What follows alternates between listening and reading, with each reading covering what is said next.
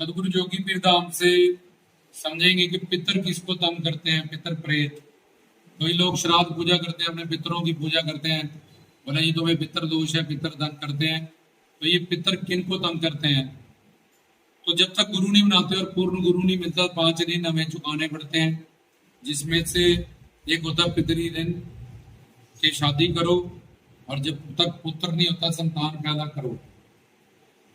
जब तक पूर्ण गुरु नहीं बनाए, नामदान नहीं लिया, उससे पहले के ये 5 ऋण होते हैं जो सबको चुकाने पड़ते हैं। निरी ऋण, घर में कोई अतिथि आ गया, उसको मेहमान की तरह, भगवान की तरह पूजो, सेवा करो।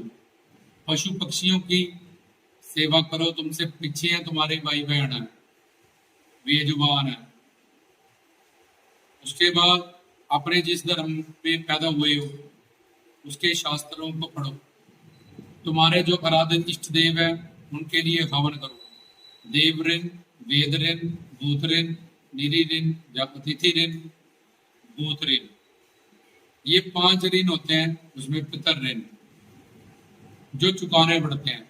अब जो जिनको पूर्ण गुरु नहीं मिले और जिन्होंने नामदान नहीं लिया, जैसे एक लॉ है, कानून है कि रेड लाइट तोड़ी तुम जिम्मेवार हो, एक्सीडेंट हो गया तो तुम्हारा चलान होगा।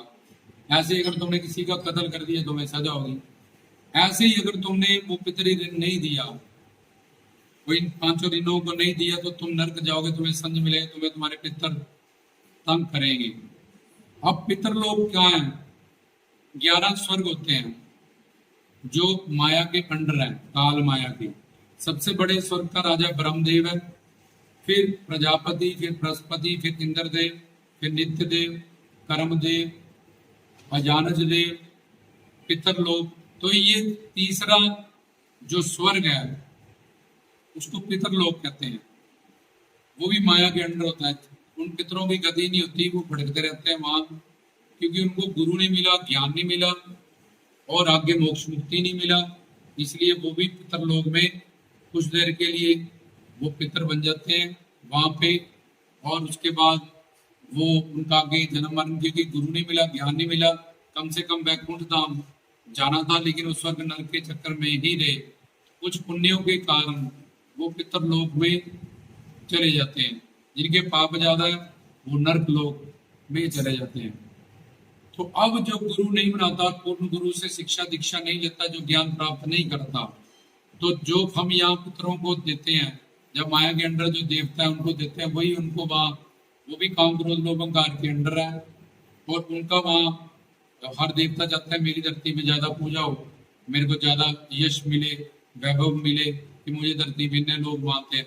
ऐसे पितर जो वहां भटक रहे हैं, वो अपने जो नामदान नहीं बनाते, जो गुरु नहीं बनाते, उनसे ज्ञान प्राप्त नहीं करते, कि हम भी भटक रहे हैं, तुम भी भटकोगे, यहाँ आओगे, और जैसे हम तंग हैं, तुम वहां से हमें रोटी कपड़ा मकान देते हो, तभी हमारा यहाँ हिसाब किताब सेट बैठता है।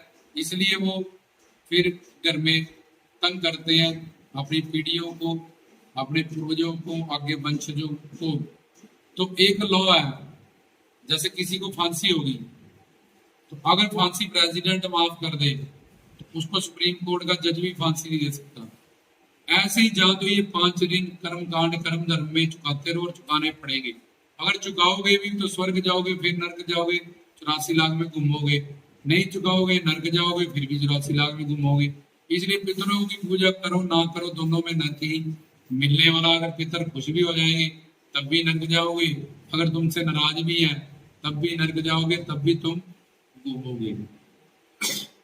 तो इसलिए जिन्होंने अब पूर्ण गुरु से शिक्षा दीक्षा हासिल कर ली, वो इन 5 ऋणों से आजाद हो गया, क्योंकि वो तामस भक्ति में पितरों की भक्ति आती है। उससे बड़ी राजस भक्ति, उससे बड़ी सात्विक भक्ति, उससे बड़ी निर्गुणा भक्ति, उससे बड़ी वैकुंठ धाम की भक्ति, उससे बड़ी गोलोक धाम की, सीताराम की भक्ति, राधा कृष्ण की भक्ति, इससे बड़ी गुरु भक्ति। तो गुरु भक्ति से जुड़ गया। इसलिए पितर जठेरे और नीचे जितनी भी शक्ति है वो सारी उस पर खुश होती है, झूमने लगती है कि यार इसको सही रास्ता मिल गया, ये मेरा पुत्र जब मर के पितर नहीं बनेगा, जब प्रेत नहीं बनेगा, हमारी तरह भड़केगा नहीं। जो दुख हमें मिल रहा है, जैसे हम नरक भोग रहे हैं, और वैसे इनको नहीं भोगना पड़ेगा। मेरे वंश में, मेरी संतान में किसी ने ज्ञान लिया, कोई गुरु से नामदान लिया, और इनका जीवन सफल हो जाएगा सही भक्ति करके सही लोक में, तो फिर अपने गुरु से कह के हमारी भी वो सिफारिश कर देंगे। जब सही गुरु को जाएगा और गुरु के शरणागत हो जाएगा, तो उसके कहने पे भी पितरों को वाद से मुक्त किया जाता है। जब फिर से मानव चोले में एक अच्छी उनको जन्म मिल जाएगा, जब फिर उसको गुरु मिल जाएंगे, फिर साधना करके वो भी पितर लोक से प्रोग्रेस करके अपने जीवन को सफल कर सकते हैं। तो पितर उनको ही तंग कर सकते हैं जब करते हैं। पितरों के पास बिल्कुल लिमिटेड पावर होती है, जो उनके पुण्य से, जैसे स्वर्ग के अंदर जो देवता है उनके पास भी एक लिमिटेड पावर है। जैसे भूत प्रेत कहते हैं जी तंग करते हैं भक्ति करते वक्त, जो स्वर्ग तक देवता सीमित है। जैसे इंद्र की पूजा जब विष्णु भगवान ने बंद की थी तो अहंकार में आ गया था, वो बादल लेके आ गया पूरा डबोने के लिए, तो उनको गर्दन को धारण करना पड़ा। क्योंकि वेद शास्त्रों, ग्रंथों, पंथों में कहा गया कि पितरों की पूजा मत करो, श्राद्धों में गुरुओं संतों की उनके नाम से लंगर लगा दो कि इनको शांति मिले, अच्छी जोनी में इनको जन्म मिले, इनकी गति करा दो, लेकिन उनकी पूजा मत करो। भगवान की पूजा करो, गुरु की पूजा करो, जो काल माया से परे है उनकी पूजा करो। उनके नाम पे करना है तो लंगर कर दो, वस्त्र लेके संतों को दे दो और अरदास करो, उनकी मोक्ष मुक्ति के नाम से मांगो, ना कि उनकी पूजा करो। तो पहले समझो पितर लोग का है, पितर लोग भी माया के अंडर है, पितर लोग वाले भी बन सके। पहले पितर, फिर नर्क, फिर 84 लाख में घूमेंगे। तो इसलिए 84 लाख का चक्कर लगा के फिर वही तुम पहले दादा थे, तुम्हारे पुत्र बन जाएंगे, पुत्रियां बन जाएंगी। तो इसी तरह संसार में मरते जीते रहते हैं। तो पितर सिर्फ उनको तंग कर सकते हैं जिनके पास गुरु नहीं है और जिन्होंने नामदान नहीं लिया। और पितर कुछ भी है, जब पितरों की पूजा करो ना करो दोनों का फल नरक ही है। इसलिए अगर पितर दोष या पितर की पूजा जब पितर तंग करते हैं तो तुम्हें एक पूर्ण गुरु से जाके नामदान प्राप्त करना पड़ेगा। तुम्हारे पितर सबसे खुश हो जाएंगे। अगर फिर वो पंगा भी लेंगे तो उनपे गुरु ब्रह्मा, गुरु विष्णु, विष्णु जी का सुदर्शन चक्र उन पे चल जाएगा, शंकर जी का त्रिशूल उन पे चल जाएगा। तो उनकी पावर क्या है उनके आगे?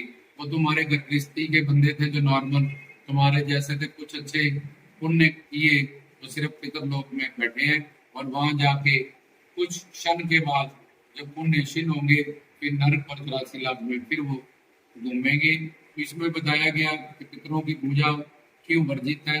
जब पितर पूजा का जो कंसेप्ट है वो सारा क्या है, और पितर किनको तंग करते हैं। पितरों से बचने के लिए, जब भूत प्रेत जिनों ये सब चीजों से बचने के लिए हमें पूर्ण गुरु से शिक्षा दीक्षा प्राप्त करनी चाहिए, और उनके बताई हुई साधना अनुसार ही भक्ति करें। तब भी कोई कुल देवता, कोई जठेरे, कोई पितर, ये सारे हम पे खुश हो जाएंगे कि जो खुशी से झूम उठेंगे और नाचेंगे। अगर कोई डरता है कि ये ऐसा कर देंगे वैसा कर देंगे, तो फिर धर्म की सारी शक्तियां गुरु ब्रह्मा, गुरु विष्णु, गुरु देव महेश्वरा, गुरु साक्षात परब्रह्म, तो भगवान उससे अपने आप देख लेगा उस पितर का क्या करना है, जब उस देवते का क्या करना है। सुदर्शन चक्र भगवान के पास है, हनुमान जी देखेंगे, कृष्ण जी देखेंगे, प्रभु राम देखेंगे, माता रानी देखेंगे कि हाँ भी हमारे भक्त से पंगा ले रही है, गुरु भक्ति वाले से। इसलिए वैसे वो ऐसा करते नहीं है, क्योंकि देवी देवता स्वरूप होते हैं, वो खुश होते हैं, खुशी से झूम उठते हैं, नाचते हैं कि शुगर है हम तो पितर बने हैं, भटक रहे हैं पितर प्रेत बन के, हमारे जो आगे वंशज पीढ़ी है इनका जीवन सफल हो जाएगा और ये हमारी भी गति करा देंगे, हमें भी यहाँ से निकाल देंगे। उल्टा खुश होते हैं, खुशी से नाचते हैं, झूमते हैं। तो बताया गया पितर किसको तंग करते हैं और पितरों से कैसे बचा जाता है, पितर पूजा का क्या फल है और क्या नुकसान है।